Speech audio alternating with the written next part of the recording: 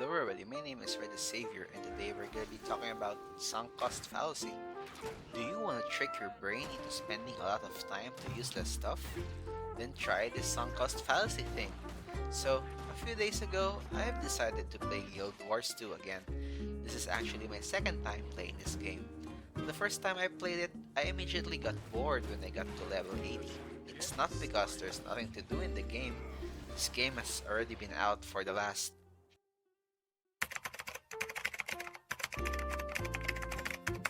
9 years, so there's a lot of things to do.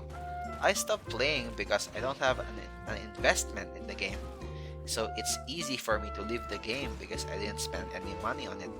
Sure, I spent 100 hours on it, but time is really not really important for me at the moment.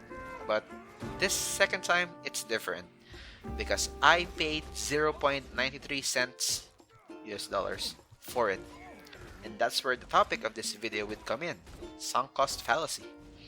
By spending money on the game, I made sure that I'll have something to lose or regret if ever I stop playing it. Sunk cost fallacy is when we keep on holding on to something because we've already spent a lot of time or money on it, even if we're better off leaving it on the long run. Part of the reason why we don't like accepting sunk cost is loss aversion. Loss aversion is something along the lines of losing hurts more than the pleasure of gaining. Like it hurts twice than the happiness that it gives you if you gain something. So by spending money on this game, I basically secured myself to playing this game on the long term. The sunk cost fallacy doesn't only apply to games, it also applies to a lot of things like business investments, relationships, and other stuff that I actually forgot. I'll give you more examples of sunk cost fallacy. Elder Scrolls Online is near and dear to my heart.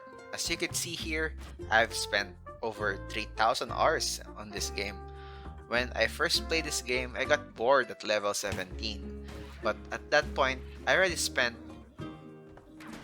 like 10 hours and more than half of it is spent installing the game. So there is no way I'm refunding this on Steam. So I stopped playing for like 2 weeks. And one shower thought later, I thought to myself, I have already spent $5.47 on it. So I just powered through it, trying to reach 300 hours, which is when I can say that I had my money's worth. Actually, other players only plays until 100 hours. Then after 100 hours, they would say that they have already got their money spent on it. They got their money's worth on it. But for me, it's 300 hours at least. Or this other example where I spent over 4 years of my life on a relationship that is actually based on a lie.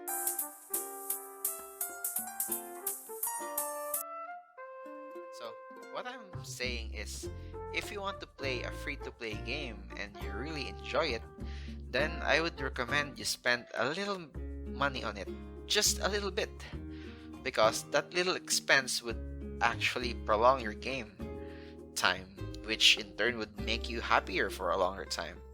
Isn't that the most important thing in the world, for you to be happy?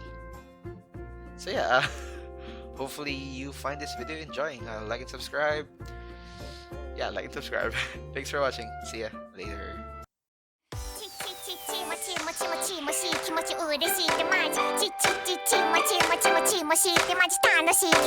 雨降っていいこともあるけどこんな場合って条件がないほらもっといい